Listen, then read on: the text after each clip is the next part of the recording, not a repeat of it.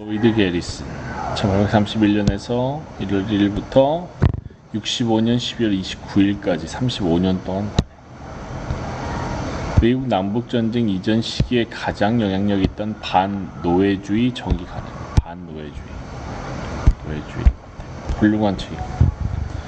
군대가 멕시코 시티로 점차 가까이 접근하자 해방자는 대담하게도 미국의 패배를 바란다고 선언했다. 자유와 인간애를 사랑하는 세계 모든 사람은 그들 멕시코인들의 대성광을 바라야만 했다.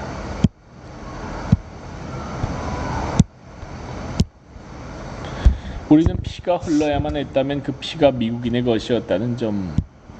그 다음으로는 스코트 장군과 그의 군대가 멕시코인들의 손아귀에 잡혔다는 소식을 듣기만을 바랄 뿐이다. 우리는 스코트와 그의 군대가 몸을 다치지 않기를 바라지만 또한 가장 철저하게 패배의 불명예를 뒤집어 쓰기를 기원한다.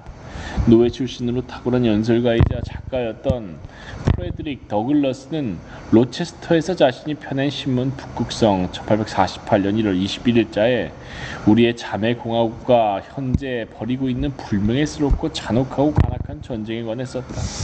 멕시코는 앵글로색슨의 탐욕과 지배욕의 희생양이 되는 운명에 처한 듯하다.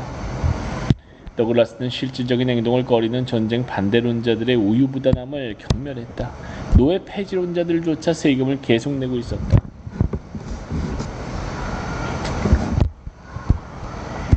노예 소유주인 대통령의 전쟁 수행 결과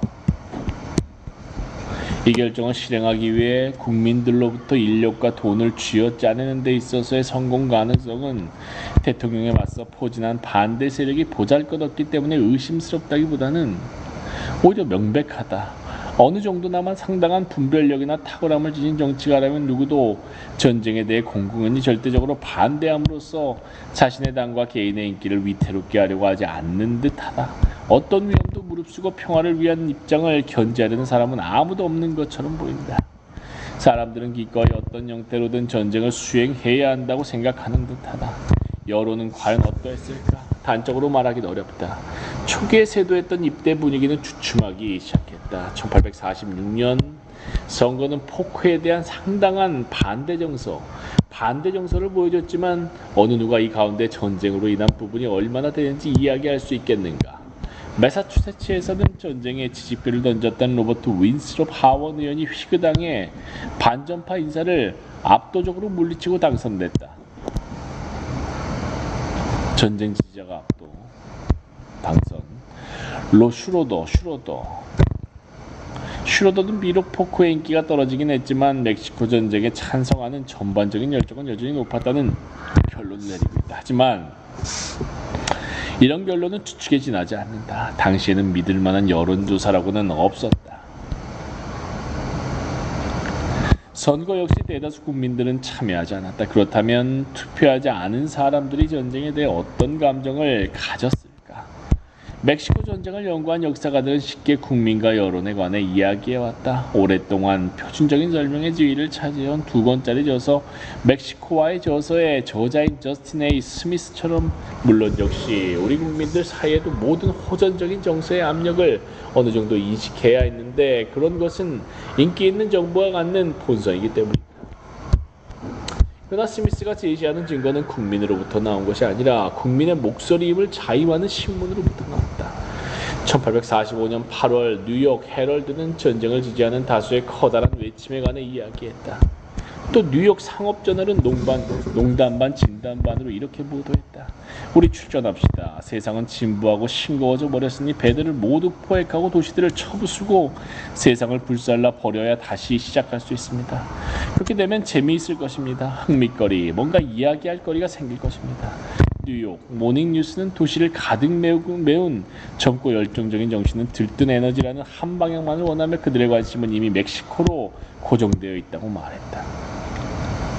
신문들이 대중의 정서를 보도했던가 그렇지 않으면 대중의 정서를 조성했던가. 저스틴 스미스처럼 이런 정서를 전하는 사람들 스스로가 전쟁의 필요성에 관한 강력한 견해를 피력한다. 전쟁의 필요성. 미국 역사의 초팽창주의자 가운데 한 사람인 헨리 캐버트 로즈에게 자신의 책을 헌정한 스미스는 멕시코의 미국에 대한 죄과를 정확하게 열거하면서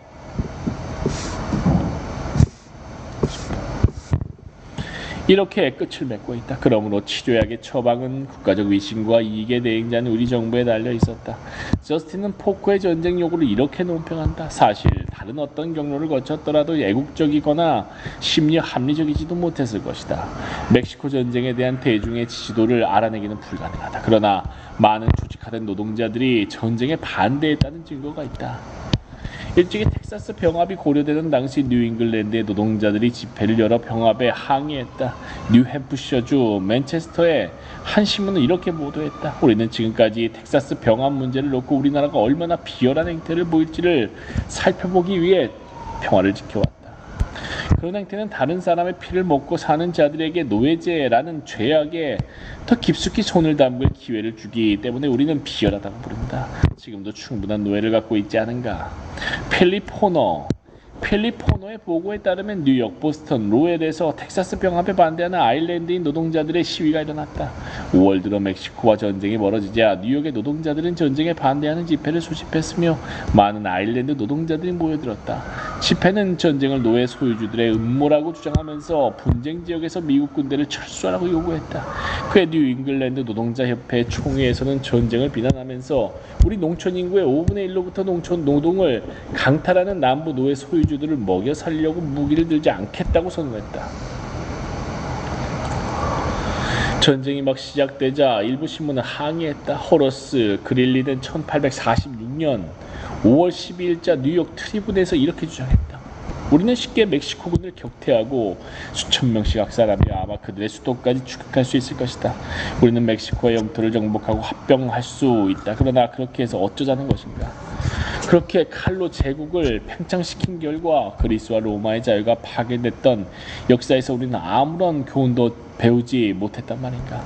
멕시코에 대한 여러 번의 승리, 그 영토의 절반에 가까운 합병이 우리가 지금 누리는 것보다 더 많은 자유와 더 순결한 도덕성, 더 번창하는 산업을 줄 것이라고 믿는 사람이 누가 있는가? 전쟁에 각오할 만한 명기에 호소하지 않으면 생활이 충분히 비참하지 않고 죽음이 충분히 빨리 오지 않는단 말인가? 전쟁에서 싸운 사람들, 행군함에 땀 흘리다 병들어 죽어간 사람들은 도대체 누구인가? 바로 멕시코 병사와 미국 병사들이었다. 우리는 멕시코 병사들의 반응에 관해서는 거의 알지 못한다. 우리는 멕시코가 크리오요, 스페인 열통의 백인 크리오요들의 통치를 받는 인디오와 메스티소 인디오와 스페인의 혼혈 메스티소가 사는 전제국가였다고 알고 있다. 100만 명의 크리오요와 200만 명의 메스티소, 300만 명의 인디오가 살았다. 지주들이 소유한 나라를 위해 싸우기를 꺼려한 농민들의 자연적 본성이 침략자의 대항에 일깨워진 민족주의 정신에 의해 극복됐을까?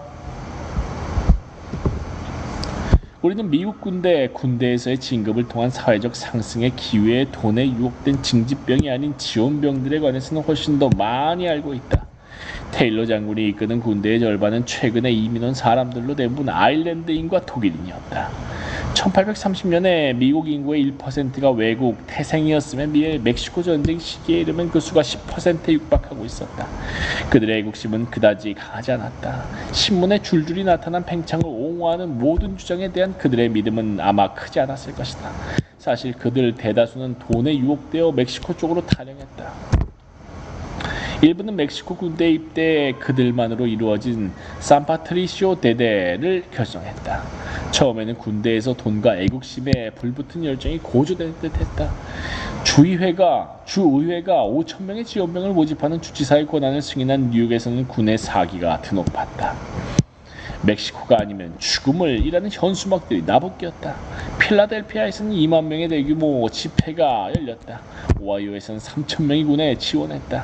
이런 초기의 열기는 곧 사그라들었다. 노스캐롤라이나주 그린즈보로에 사는 한 여성은 아래와 같은 일기를 남겼다.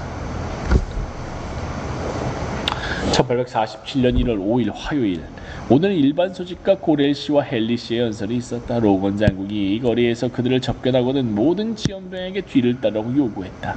장군이 거리를 왔다 갔다 하는 동안 나는 불쌍한 집 레인을 선두로 67명의 초라한 사람들이 뒤따르는 모습을 보았다. 얼마나 많은 불쌍한 사람들이 자만심과 야망의 재단 위에 희생되어 왔으며 지금도 희생되고 있을까.